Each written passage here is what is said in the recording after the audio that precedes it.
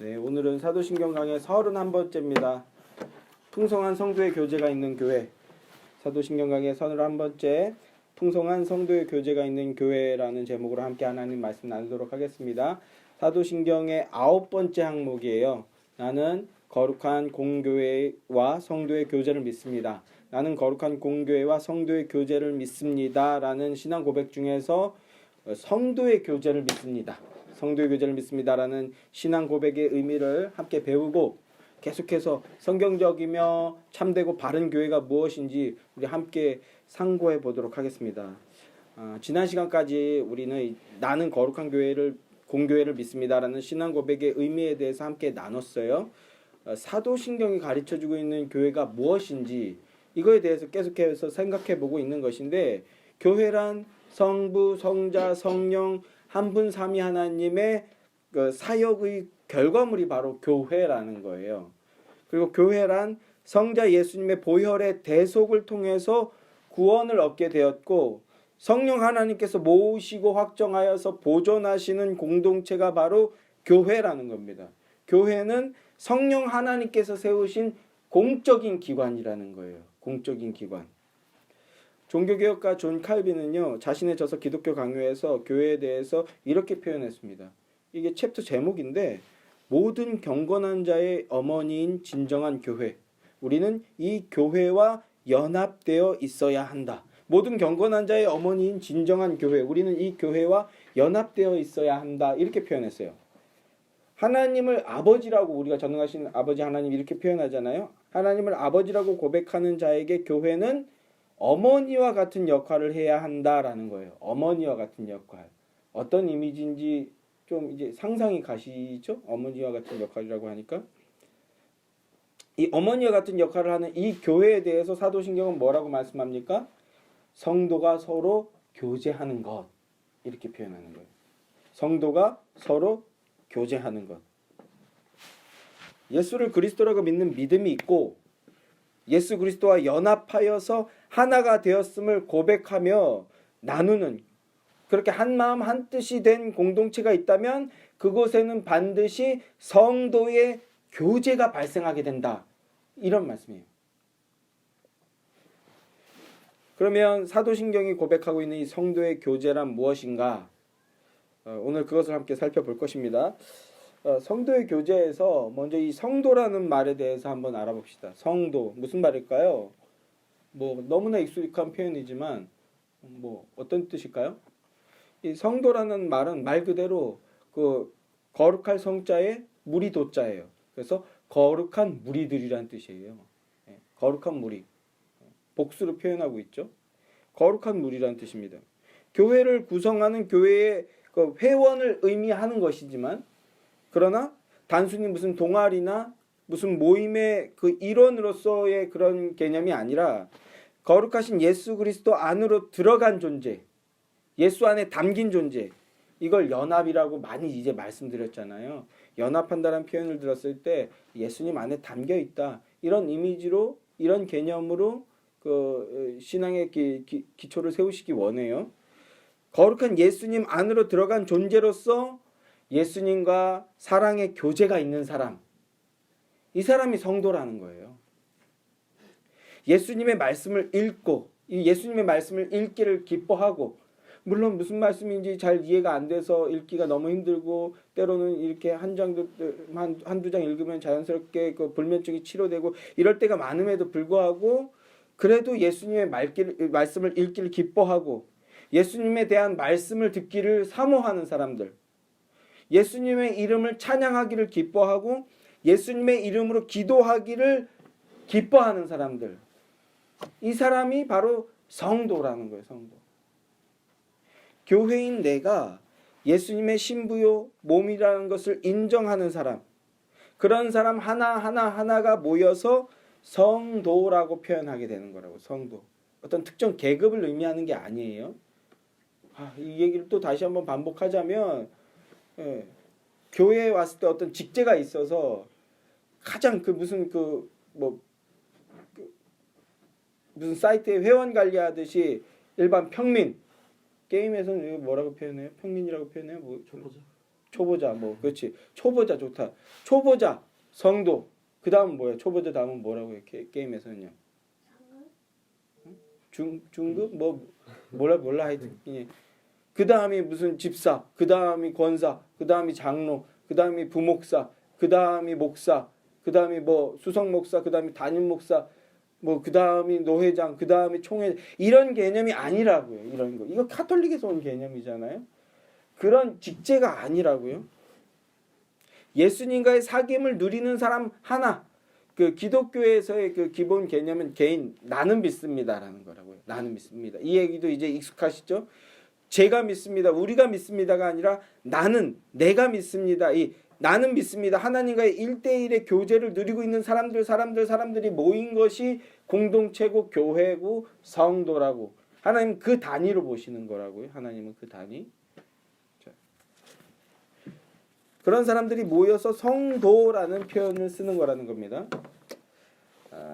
고린도전서 1장 2절부터 3절 말씀에 보면 고린도에 있는 하나님의 교회 곧 그리스도 예수 안에서 거룩하여지고 성도라 부르심을 받은 자들과 또 각 처에서 우리 주 곧 그들과 우리의 주 되신 예수 그리스도의 이름을 부르는 모든 자들에게 하나님 우리 아버지와 주 예수 그리스도로부터 은혜와 평강이 있기를 원하노라. 예수 안에서 거룩하여지고 성도라고 부르심을 받은 자들, 예수 안에서 거룩해진 자들, 거룩한 공교회죠. 거룩해진 자들 성도라고 부른다고요. 다시 한번 정리해 봅시다. 성도란 예수 그리스도로 말미암아 구원을 얻게 되었음을 고백하는 자고요. 그 예수님과 사랑의 교제가 있는 존재라고요. 사랑의 교제. 예수 안에서 거룩하여지고 그 예수의 이름을 무시로 부르는 자들이라고요. 교회란 그리스도의 몸임을 내가 그리스도의 몸임을 믿음으로 고백하는 존재들이라고요. 이 개념만으로도 우리의 삶의 가치관이 완전히 거의 혁명적으로 바뀌는 거예요. 교회에 왜 옵니까? 이 얘기 들으려고 오는 거예요. 이 얘기를 기뻐하는 자들이 성도고요. 자, 이렇게 예수님과 교제가 있는 자들, 예수님과 사랑의 사귐이 있는 자들이 모여서 무리를 이뤘다. 거룩한 무리다 해서 성도라고요. 그러니까 누구 성도님이라는 표현이 이제 어떤 의미인지 이해하시겠어요? 성도님이라고 부르는 거 그게 가장 중요해요, 사실은. 그게 제일 중요해요. 무슨 직분이 뭐 어쩌고 저쩌고가 중요한 게 아니라 그게 제일 중요해요. 내가 이 성도인가? 네. 요새는 이제 거의 안 부르는 찬양이 뭐 성도를 조금 더 개인적인 표현으로 했을 때 신자라고 표현하잖아요. 믿는 자. 그러니까 요새 잘 안 부르는 찬양 뭐 신자 되기 원합니다. 진심으로 이런 찬양 있잖아요. 이 신자들이 모여서 거룩한 공동체가 되는 거예요. 자, 그런데 카톨릭에서는 이 성도의 교제를 카톨릭도 우리와 똑같은 사도신경으로 신앙을 고백하잖아요. 근데 이 성도의 교제를 성도의 통공이라는 그 다소 심대히 어려운 표현을 씁니다.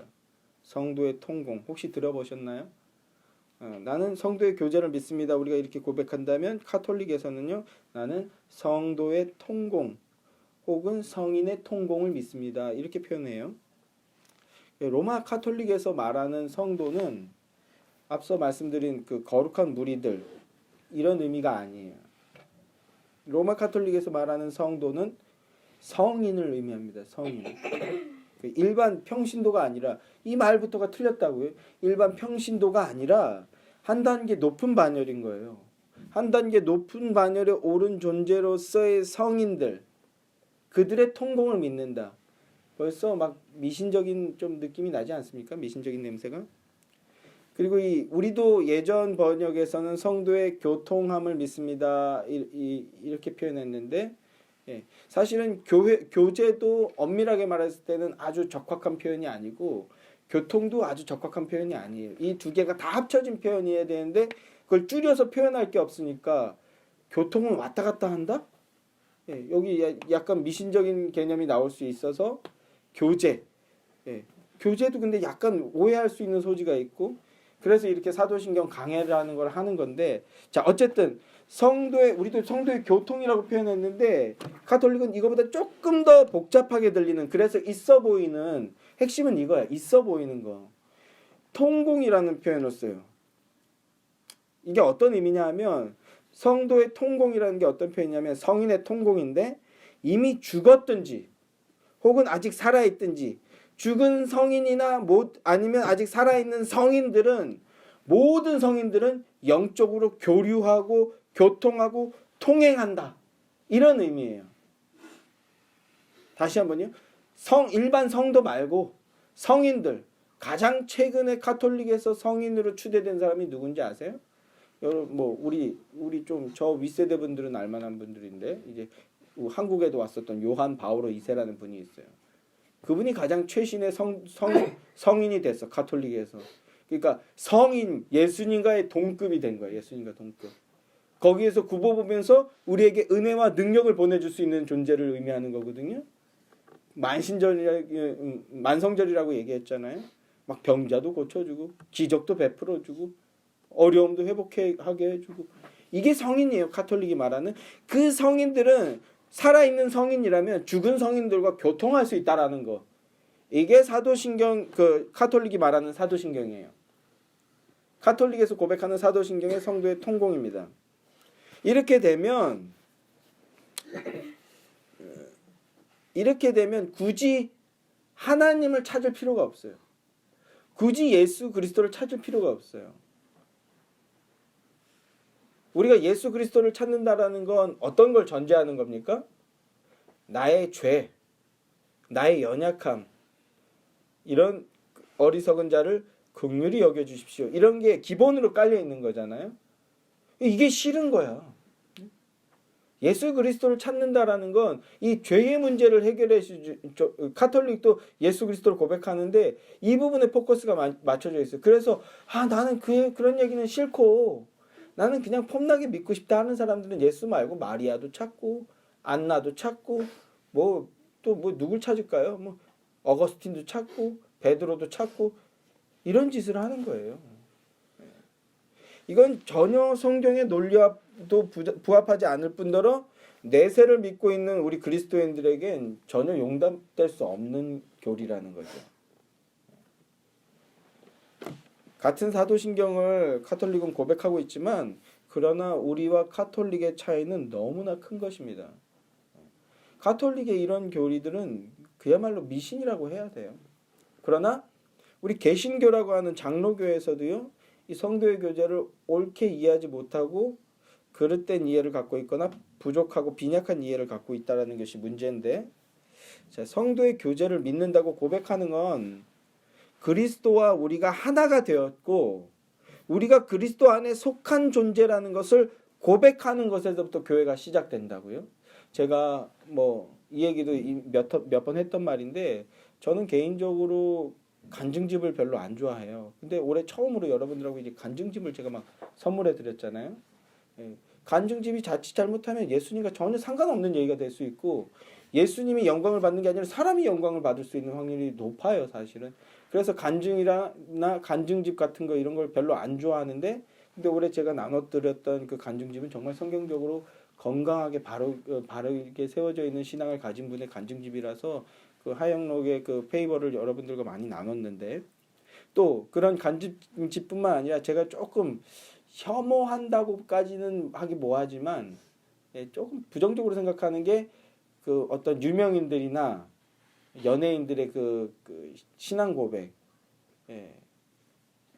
신앙 고백을 하면 문제가 아닌데 신앙 간증을 하는데, 예를 들면 시상식에서 이 모든 게 다 하나님의 은혜입니다, 감사합니다, 이 정도도 양호한데 축구 골 넣고 이렇게 무릎 꿇고 기도하는 거, 그렇게 안 해도 하나님 영광 받으시고 오히려 그렇게 함으로써 하나님의 영광이 가려질 수 있어요.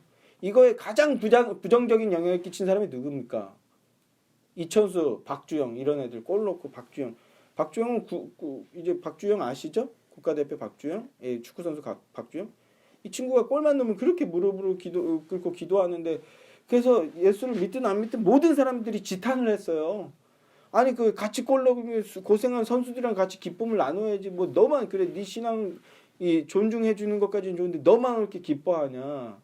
그 너무 이기적인 거 아니냐? 이런 빌미를 주는데 충분히 나올 수 있는 빌미죠. 저는 바람직하지 않다고 생각해요. 거기서 골 넣고 꼭 그 기도하는 신용을 해야 하나님이 영광 받는 게 아니시라고 이런 말 제가 엄청 많이 했잖아요. 예. 그거보다 평소에 그냥 주일 온전히 예배하고 날마다 주님과 사귐을 누리고 그러면 돼요. 그 유명인들과 뭐 축구 선수나 이런 유명인들의 그 어떤 신앙 간증을 별로 좋아하지 않는데 근데 딱 한 번 인정하는 순간이 있었다고요. 예, 그게 언제냐면 연도를 뭐 2010년도 초반인 것 같은데 그 축구 선수 지금 올해 그 중국 슈퍼리그에서 우승 차지했어요. 최강희 감독이랑 누구냐면 김신욱이라는 선수가 있어요. 이 김신욱 선수가 K리그에서 최우수 선수상을 받았는데 그 사람이 그 시상식에서 이런 발언을 했어. 나는 예수님 안에 속한 자입니다. 난 예수님 것입니다. 이런 발언을 했어요. 이 말은 그럼 무조건 인정이지. 무슨 이 모든 게 제가 상 받게 된 게 하나님께 영광을 돌립니다. 이런 거 말고 저는 예수님 안에 속한 자입니다. 이 말. 그가 잘났든 못났든 잘했든 못했든 우리나라는 이거 유교의 그 아직 사상이 젖어 있는데 그의 인성이 좋든 나쁘든 그런 거 떠나지는 거예요. 그 순간. 나는 예수님 안에 속한 자입니다. 나는 하나님의 것입니다. 아, 이렇게 대답한다면 이거는 인정이다.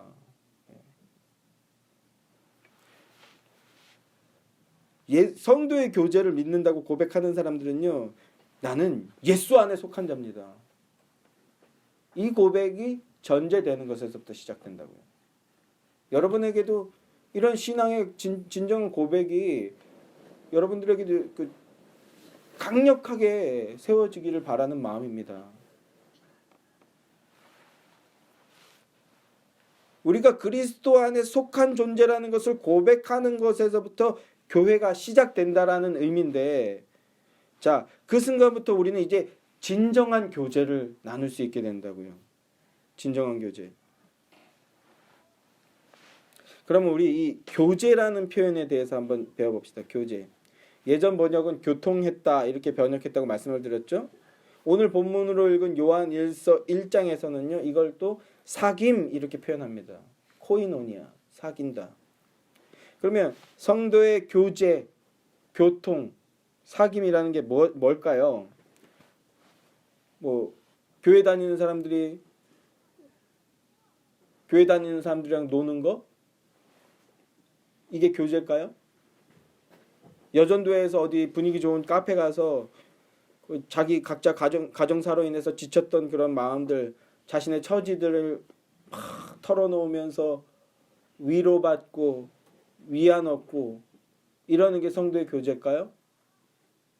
아니면 무슨 교회 해가지고 현수막 이렇게 걸어놓고 야외에서 막 침묵해하는 거, 이런 게 성도의 교제일까요? 이건요, 지금 말씀드린 이러한 이유는요, 그 예수님이 없어도 누구나 할 수 있는 거잖아요. 예수님이 아니어도 할 수 있는 거예요. 예수 믿는 사람도 할 수 있고 예수 믿지 않는 사람도 할 수 있는 거예요. 구별이 안 지어지죠. 이것만으로는. 이건 거룩하지 않다는 뜻이거든요. 교회에서 친목회나 야유회를 갈 수 있어요. 그게 잘못됐다라는 게 아니에요. 그런데 그런 것이 불경하다는 것이 아니라 그게 성도의 교제는 아니라는 거예요. 큰 의미에서 성도의 교제의 아주 작은 부분이라고 표현할 수 있지만 진정한 그 우리가 사도신경을 통해서 고백하는 성도의 교제는 그런 게 아니에요. 그런 게 아니에요. 그냥 그거는 친목회고 야유회야. 그리고 그런 걸 하면 교회 분위기가 좋아지는 것도 사실이에요. 오늘 이따가 오후 모임 때 나누려고 하는 말이지만 뭐 우리 이제 개혁주의 5대 강령 챕터 2개 남았잖아요. 끝나면 우리끼리 책거리 한번 합시다. 고기 좀 이렇게 한번 먹자고요. 얼마나 아름다운 내용입니까? 아멘? 그런데 이게 성도의 교제는 아니라고. 이게 성도의 교제는 아니라고요. 하여튼 그 얘기는 이따 오후에 우리 심각하게 한번 토론해 봅시다. 뭘 먹을지. 자, 그러면 성도의 교제란 무엇인가? 성도가 교제한다는 거죠. 첫째는 우리가 복음으로 말미암아 영적 교통, 생명의 교제가 이루어지게 되었음을 믿고 고백하는 거예요. 그 복음을 나누는 거예요. 복음을 나누는 거. 내가 예수 믿는 내가 이번 주에 우리 마누라 때문에 얼마나 힘들었는데 이게 아니라고요. 이게 아니라고. 한두 번쯤 그런 거 할 수도 있지. 문제는 뭐예요? 그런 거 하는 모임은 1년 내내 그것만 하는 거야. 저는 그런 거에 딴지를 걸고 싶은 거예요. 사람인지라 안 속상하고 안 힘드는 게 없지 않아. 우리 왜 토끼 같은 마누라, 어? 우리 그 남편, 뭐 우리 애 이런 걸로 교회 와서 믿는 사람들끼리 나누는 거 잘못된 건 아닌데 1년 내내 그것만 하고 있다라는 거예요. 그건 성도의 교제가 아니고, 성도의 교제라는 것은 복음을 나누고 복음으로 말미암아 기뻐하고 복음으로 말미암아 기뻐하는 그 삶을 나의 믿음이라고 고백하는 것. 이게 성도의 교제라고요. 둘째는요, 그리스도와 그의 모든 은혜에 참여하게 되는 것. 이것을 기뻐한다고 믿음으로 고백하는 거예요. 이게 성도의 교제예요. 그리고 각 개인에게 주어진 은사를 공동체 내에 있는 다른 지체들, 특별히 연약한 지체들을 위해서 사용하겠습니다. 이것이 성도의 교제라고요. 이런 걸 고백하는 겁니다. 요한일서 1장 3절 말씀, 오늘 본문이죠. 우리가 보고 들은 바를 너희에게도 전함은 너희로 우리와 사귐이 있게 하려 함이니, 교제가 있게 하려 함이니, 교통이 있게 하려 함이니, 우리의 사귐은 뭐다? 아버지와 그의 아들 예수 그리스도와 더불어 누리는 거다. 이게 사귐이고 이게 교제라는 거예요. 복음으로 말미암아 깨어난 자들, 복음을 경험하고 은혜를 깨달은 자들, 즉 성도들이 한 몸으로서, 한 몸임을 자각함으로써 복음을 나누고 복음으로 사귀는 것, 이게 성도의 교제라고요. 교회는 이거 하는 곳이라고요. 이거 하는 곳. 그리스도와 하나됨을 맛본 자들, 그리스도와 연합을 이룬 자들 하나하나가 모여서 성도라는 무리, 공동체, 교회를 이루고, 그 그리스도와 연합을 이룬 자들이 그리스도의 모든 은덕에 참여해서 함께 모든 것을 나누는 것, 이것이 성도의 교제입니다. 고린도전서 14장 12절 말씀, 그러므로 너희도 영적인 것을 사모하는 자인즉 교회의 덕을 세우기 위하여 그것이 풍성하기를 구하라, 이렇게 말씀합니다. 덕을 세우기 위해서, 건덕이라고 하거든요. 칼빈은 덕을 세운다. 성도의 교제를 통해서 덕을 세운다. 그래서 제가 간혹 이렇게 말 한마디도 어렸을 때, 조금 한 살이라도 어렸을 때는 말을 좀 자극적으로 하고 싶었어. 특히 이제 청소년 사역을 제가 오래 해서 말을 자극적으로 하고 한번 웃길 수 있는 이런 표현들을 하려고 했는데, 나이가 들어서 철이 든 걸 수도 있지만 그러나 그것이 당장은 재밌고 분위기를 좋게 하고 환심을 살 수는 있지만 그리스도의 덕을 세우지는 못한다라는 걸 점점 더 깨닫게 되니까 말을 조심하게 되는 거예요. 때로는 너무 목사스럽게 그 속된, 이제 지금 이제 그 90년대생들이 온다, 이런 책도 있는데, 이렇게 좀 어른스럽게 표현하는 걸 아예 그냥 싸잡아서 꼰대라고 표현해 버리잖아요. 꼰대 문화, 권위적으로 말하는 거. 우리 사회, 말이 너무 멀어지만 권위적인 것을 완전히 부정하는 그 진정한 포스트 모더니즘의 세대가 됐는데, 권위적인 걸 아예 부정하고 꼰대라고 치부해 버리는데, 근데 그럼에도 그런 표현들을 쓰게 되는 게 덕을 세우기 위해서 그렇게 된다라는 거예요. 덕을 세우기 위해서. 그리스도와의 연합을 이룬 자들은 이 덕을 세우는 것에 참여하는 자들이라는 거예요. 성도의 교제를 나눈다, 이거는요, 그리스도의 그 은덕을 세우고 나눈다라는 거예요. 당장 눈앞에 뭔가를 막 누리고 나누고 그래서 즉각적인 효과를 보고 이런 게 아니라 그리스도의 덕, 그리스도의 은덕을 세우고 나눈다. 그럼 이게 어떻게 하는 걸까요? 첫째, 세상의 모임과 분명하게 구별되어지고, 나아가 교회, 친교회나 야유회도 분명하게 구별되어지는 그 성도의 교제는 앞서도 말씀드렸듯이 하나님의 말씀을 듣고 나누는 겁니다. 하나님의 말씀을 듣고 하나님의 말씀을 또 다른 이들에게 함께 들을 수 있게 하는 것. 이게 성도의 교제예요. 여러분들이 이 깨달은 말씀을 전하는 것. 그리고 그 깨달은 말씀이 더 많이 선포되는 교회잖아요. 그 교회로 초대하고 부르는 것. 이게 성도의 교제라고요. 요한복음 17장 16절부터 19절 말씀 제가 읽어드립니다. 내가 세상에 속하지 아니함 같이 그들도 세상에 속하지 아니하여 싸움나이다. 그들을 진리로 거룩하게 하옵소서. 하나님의 말씀은 진리니이다. 아버지께서 나를 세상에 보내신 것 같이 나도 그들을 세상에 보내었고 또 그들을 위하여 내가 나를 거룩하게 하오니 이는 그들도 진리로 거룩함을 얻게 하려 함이니이다. 예수님의 이 말씀, 이게 성도의 교제라는 거예요. 그들도 진리로 거룩하게 하겠다. 성도의 교제란 진리의 말씀, 하나님의 복음을 듣고 깨달은 것을 전하고 나누는 것. 그게 성도의 교제라는 겁니다. 특별히 진리의 말씀, 생명의 복음이 전해지고 선포되어지는 이 교회로 사람들을 이끄는 것. 그것이 바로 성도의 교제고 그게 바로 이웃 사랑이라고요. 우리가 이거를 그냥 통칭으로 뭐라고 표현합니까? 전도한다고 하죠. 무슨 교회 고객을 그냥 끌어오듯이 하는 게 아니라 복음 듣게 하려고 한다는 거예요. 복음 듣게 하려고 한다.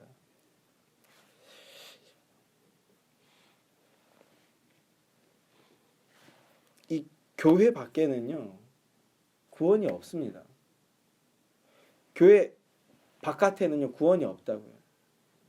성도 외에는 이 생명의 복음을 기쁨으로 전하고 선포할 수 있는 자들이 없기 때문에 그래요.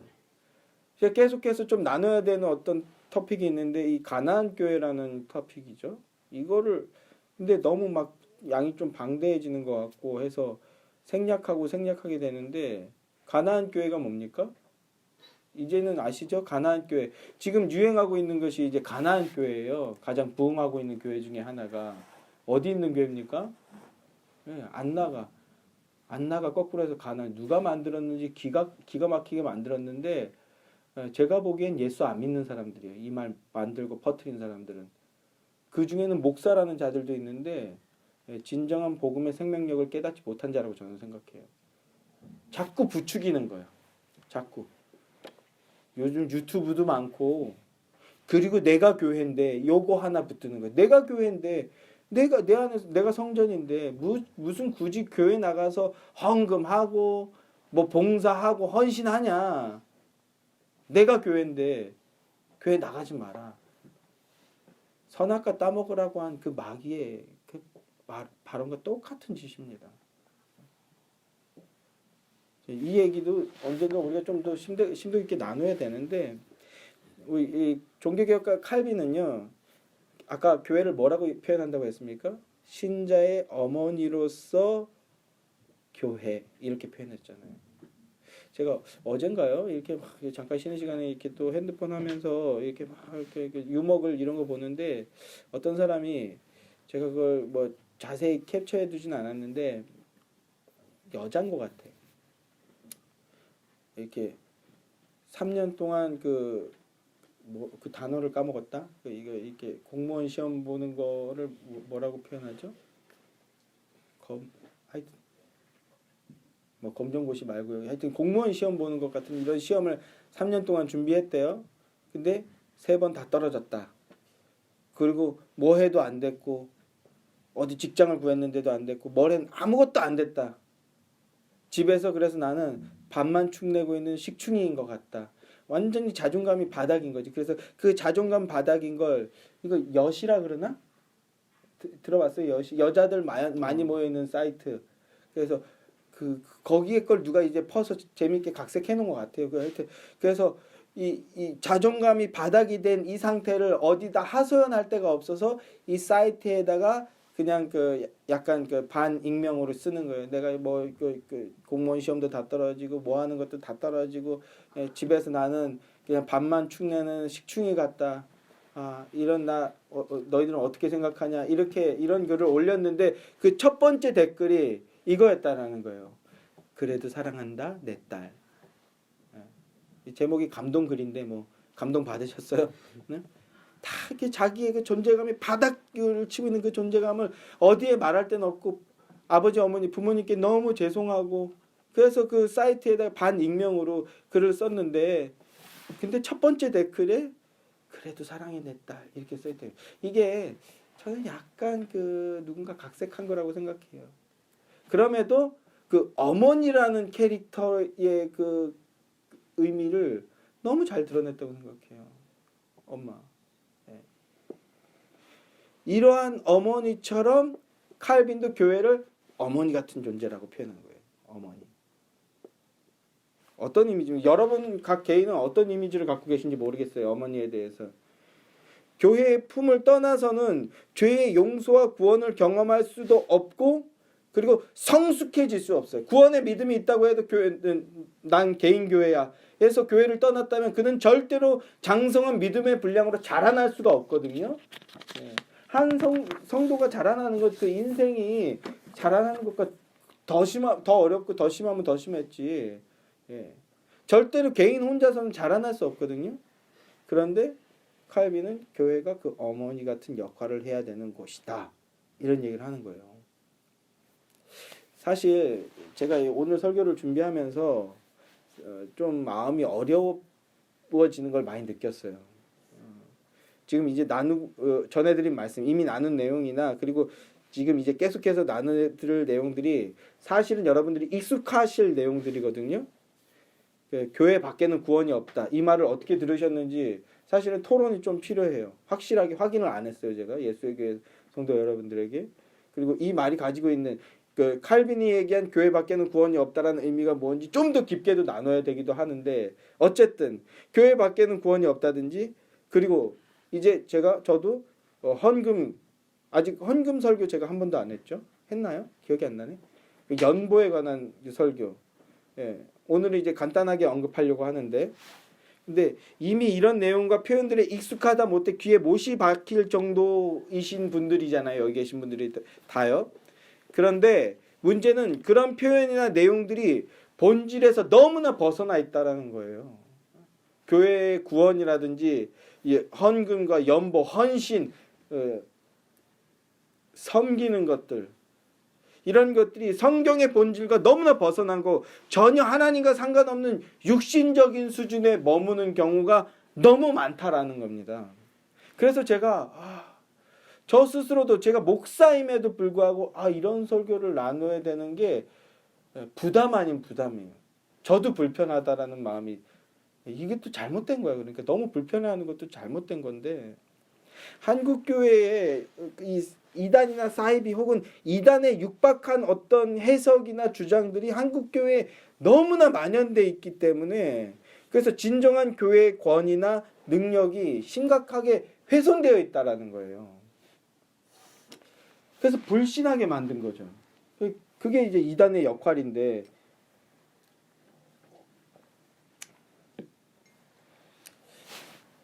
그러나 교회라는 것은요. 바르고 참된 하나님의 말씀이 분명하고 생생하게 선포되는 것을 의미하는 것이고요. 성도란 이 생명의 복음으로 말미암아 은혜를 맛보고 그래서 그 은혜를 다른 이들과 아낌없이 나누는 무리들 그 무리를 의미하는 거예요. 그게 성도의 교제라고요. 이제 제가 굉장히 많이 반복하고 있으니까 좀 익숙해지시죠? 성도의 교제 두 번째는요. 그리스도의 성찬을 나누는 겁니다. 그리스도의 그 대속의 은혜에 관한 말씀을 듣고 대속의 살과 피를 의미하는 빵과 포도주를 먹음으로써 그리스도의 대속을 더 깊이 경험하고 고백하고 나누는 것. 이게 성도의 교제입니다. 세 번째는요. 같은 신앙을 고백하고 하나님께 받은 은혜와 감사와 사랑을 나누는 것. 이게 성도의 교제입니다. 우리네 정서는 좀 그런 게 있어요. 성경을 읽거나 성경을 듣고 은혜 받는 것을 받은 것을 나누는 걸 모르겠어요. 좀 잘난 척한다 이렇게 느끼시는 경향들이 없지 않은 것 같아요. 여러분들은 어떻게 느껴요? 내가 성경 읽고 이렇게 이걸 깨달았어. 이런 걸 얘기하는 거. 한 성도분이랑도 그런 말씀을 나눴는데 저는 유튜브에도 이제 설교가 올라가고 있지 않습니까? 제가 올린 이 설교들은요. 그러니까 굉장히 뭐라 그럴까? 밀도가 높아요. 그래서 한 번 듣고 이렇게 이해하고 인지할 수 있는 수준의 게 아니에요. 이것도 잘난 척으로 들리시나요? 예. 그래서 최소한 10번 이상 들으셔야 돼요.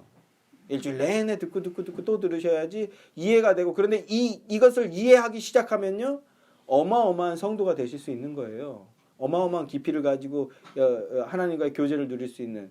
아까 우리가 그 예배 전에 불렀던 예배 앞에 불렀던 그 비전이라는 찬양도요. 보좌에 관한 내용과 천상에서의 구원을 주는 어린 양. 이거에 대한 이해가 깊어지면 그 찬양 하나도 너무너무 풍성해지는 것이거든요.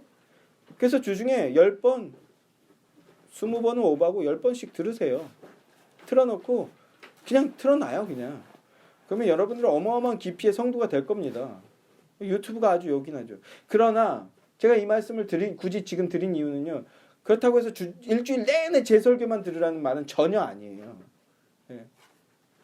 교회 안에는 목사가 많은 것이 좋고요. 말씀을 전하는 사람이 많은 것이 좋아요.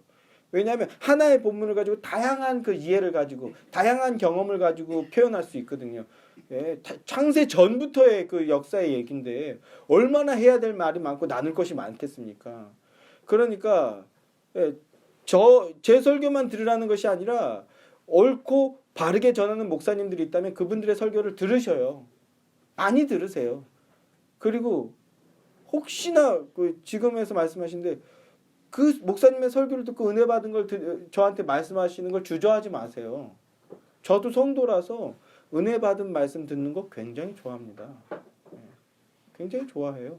어느 목사님 들었는데 그 설교에 이런 말씀이 있대요. 전 그게 너무 은혜가 돼서 이런 생각을 하게 됐어요. 이런 얘기 듣는 거 전 되게 좋아해요. 근데 문제는 뭐예요? 얼토당토하는 거 듣고서는 말도 안 되는 얘기를 하는 거. 그게 문제인 거예요. 제가 그런 얘기를 들을 때 조심하는 거. 그거 성경적이지 않은데. 예. 그나마 그 어떤 유명하신 목사님들 거 듣는 건 그나마 다행인데 제가 어떤 한 분을 얘기하려고 했는데 너무 교만한 것 같아서. 어쨌든 많이 듣고 들은 걸 나누셔요. 이게 성도의 교제예요. 내가 어떤 목사님의 설교를 들었는데 그 부분에서 이런 말씀이 너무 은혜가 됐습니다. 너무 좋아요. 그게 성도의 교제죠. 가장 바람직한 건 뭐예요? 제가 이번 주에 임종태의 설교를 10번 들었는데 문심해도 드디어 지혜의 문이 열렸습니다. 이런 일들 안 일어나나요? 네. 웃자고 한 거예요. 그냥 웃자고. 웃지도 않아. 자, 설교 듣고 은혜 받은 것을 나누는 것. 이런 게 풍성한 교회가 돼야 됩니다. 예수의 교회는 그런 교회가 됐으면 좋겠어요. 여러분들이 어느 목사님이 어떤 설교를 듣고 어떤 본문의 해석을 듣고 너무 은혜가 됐습니다. 이런 걸 아낌없이 나눠주실 수 있는 교회. 그래서 더 기뻐하고 말씀의 지경이 더 넓어지는 것이 성도의 교제입니다. 자, 네 번째로는요. 성도의 교제는 은사, 재능을 아낌없이 나누는 것입니다. 이게 성도의 교제입니다. 그래서 칼빈은요. 교회의 어머니를 비유한 거라고요. 이 은사를 아낌없이 나누는데 어떻게 나눕니까? 연약한 지체들 위해서, 어린 지체들 위해서 마치 어머니가 자녀를 위해서 자녀를 양육하듯 그런 마음으로 나누어 주는 것. 이게 성도의 교제라고요. 우리는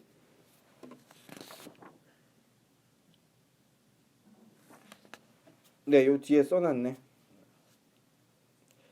칼빈은요. 교회 밖에는 구원이 없고 오직 교회 안에만 진정한 죄사함을 맛보고 부활을 맛볼 수 있다. 이걸 굉장히 강조했어요. 또한 하나님께서는요. 교회의 품속으로 자녀들을 불러 모으시는 걸 기뻐한다. 기독교 강요에도 이런 표현들을 굉장히 많이 반복하는데 그 말은 교회 안에는 영적 유아도 있을 수 있고 어린아이와 같은 자도 있을 수 있다. 그리고 청년도 있을 수 있고 장성된 분량, 장년도 있을 수 있다. 장년과 같은 성도도 있을 수 있다는 것이죠.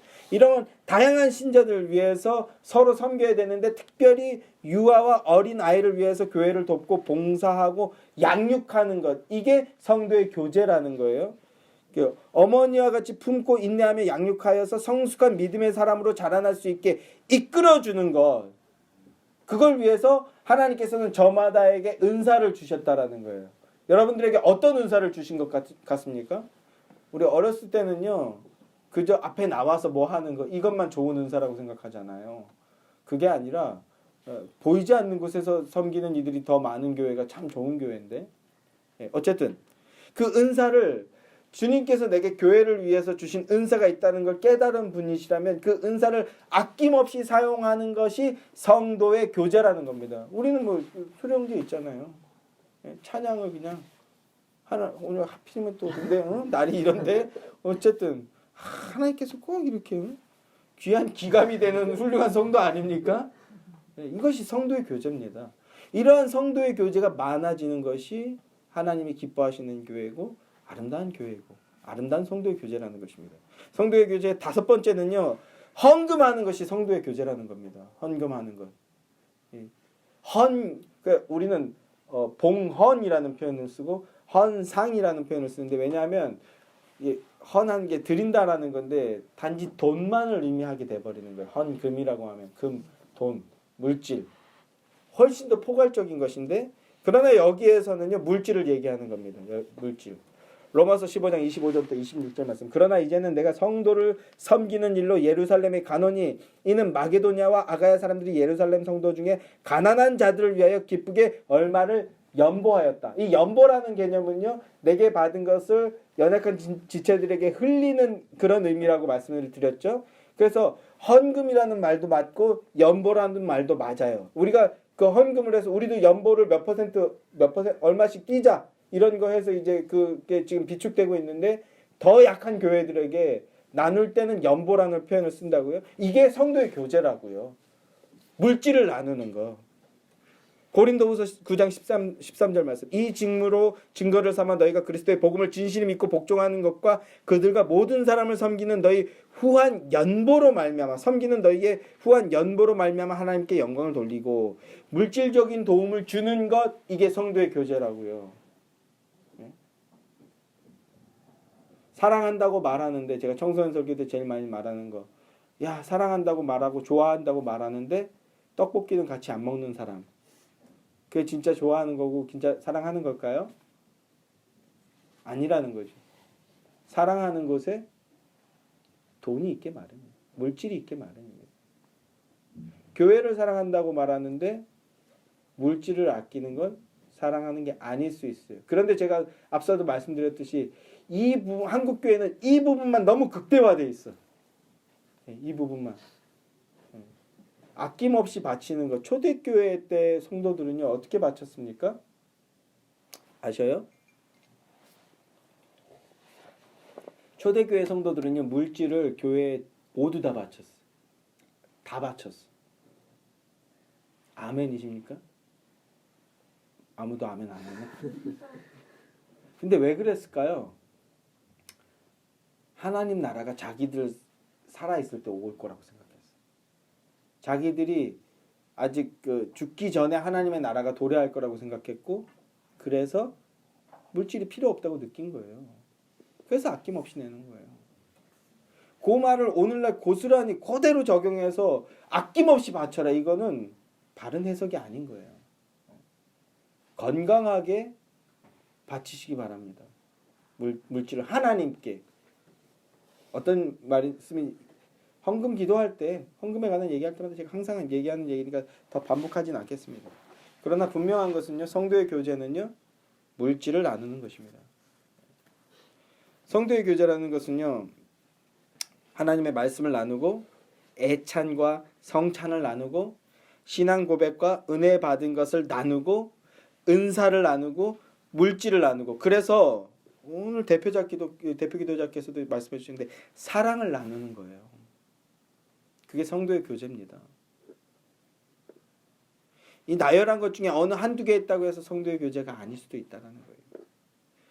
예수 그리스도의 사귐과 하나님과의 사랑 속에서 하나님의 그 말씀 나누고 애찬과 성찬을 나누고 신앙 고백과 은혜 받은 것을 나누는 것, 은사를 나누고 물질을 나누는 것. 물질을 제일 강조했네요. 이게 다 동일해요. 자, 이 나누는 것, 이게 성도의 교제라고요. 그리고 이러한 사귐은 하나님께 드리는 예배를 통해서 고스란히 드러나게 되는 겁니다. 예수의 교회 예배가 이런 것들이 아름답게 모두 총체적으로 드러나는 예배가 되기를 소망합니다. 자, 그렇다면 성도의 교제를 믿습니다라는 신앙 고백에 대한 결론을 짓겠습니다. 성도가 모여있는 교회란 예수님 안에서 시공을 초월한 하나된 공동체라는 걸 의미한다고 말씀드렸어요. 그게 거룩한 공교회라는 거라고 말씀드렸죠. 아브라함이 믿고 순종했던 하나님이 바로 우리가 믿고 따르는 순종하려 하는 그분입니다. 아멘이십니까? 즉 아브라함처럼 믿고 순종하면 아브라함이 누린 그 복과 은혜를 우리도 누리게 된다라는 거예요. 또한 하나님께서 나는 아브라함의 하나님이요 나는 이삭의 하나님이요 나는 야곱의 하나님이다라고 말씀하신 것처럼 하나님께서도 나는 예수의 교회의 하나님이다 이렇게 말씀해 주신다는 겁니다. 성도의 교제는 이런 믿음의 부요함으로 이끄는 은혜의 과정이에요. 그러니까 예수 안에 있는 자들은 필연적으로 이런 것들을 나누게 되는 겁니다. 또 오늘 본문 1절을 보면요. 태초부터 있는 생명의 말씀에 관하여 우리가 들은 바요 눈으로 본 바요 자세히 보고 우리의 손으로 만진 바라. 오직 요한복음에만 도마가 예수님의 손과 허리에 창자국을 만져봤다고 얘기하잖아요. 요한일서에서도 그걸 가지고 말씀하는데 우리가 손으로 만진 바다 이렇게 얘기합니다. 이게 어떤 의미냐 하면 부활하신 예수님을 만났다라는 거예요. 부활하신 예수님을. 교회는 부활하신 예수님을 만났고 그래서 믿고 고백하는 공동체라는 것이거든요. 그러니까 부활하신 예수님을 만났다라고 고백한다는 것은 성도는 십자가의 원리와 부활의 원리를 인생의 원리로 삼고 최고의 가치로 여기며 사는 자들이다. 이런 뜻이에요. 다시 한번요. 십자가의 원리와 부활의 원리를 인생의 원리로 삼고 최고의 가치로 여기며 기준으로 삼고 사는 자들. 그러니까 성도가 되기 이전에 혹은 성도의 교제를 통해서 예수님의 사귐이 미약할 때는 나 중심, 내 필요 중심, 내 마음 중심, 내 이익 중심의 삶을 살았지만 그래서 교회에 와도 내 입장만 얘기하고 내 필요만 얘기하고 내 것 채우기에 급급한 신앙생활을 했었지만 그러나 예수의 교회는 이 풍성한 성도의 교제를 통해서 교회는 예수를 얻는 곳이구나. 예수라는 복을 얻는 곳이구나라는 걸 선명하게 고백하게 되는 거예요. 그리고 그 예수로 충만해지게 되는 자들, 그걸 경건한 신자라고 성도라고 하죠. 그러니까 내 것을 비움을 통해서 남의 필요를 채우는 자들, 공동체의 필요와 유익을 먼저 구하는 자들, 그런 자들이 되겠다라는 겁니다. 오직 교회만이 내 필요가 아닌 다른 이웃의 필요를 내 것보다 먼저 채우려 하고 남의 유익을 구하는 인생을 살 수 있는 곳인 겁니다. 성령이 내주하시고 역사하시는 교회요. 성도가 모인 교회라면, 그래서 은혜와 진리를 힘써 나누고 교제하는 교회라면 스스로 띠띠운 인생이 아니라 남으로 띠띠운 인생이 되어서 나의 유익과 나의 행복이 아니라 하나님의 영광과 교회의 유익을 먼저 따지고 먼저 따르고 먼저 구하고 먼저 세우는 교회가 되는 겁니다. 예수의 교회가 이런 바르고 참된 교회가 돼서 참된 성도의 교제를 더 풍성하게 나누고 누리게 되는 은혜가 있길 소망합니다. 예수 안에 참된 성도의 교제를 통해서 영혼이 풍성하게 되고 은혜와 감사가 넘치게 되고 그래서 하나님의 영광이 선명하게 드러나게 되는 은혜가 넘치게 되기를 주님의 이름으로 간절히 소망합니다. 기도합시다.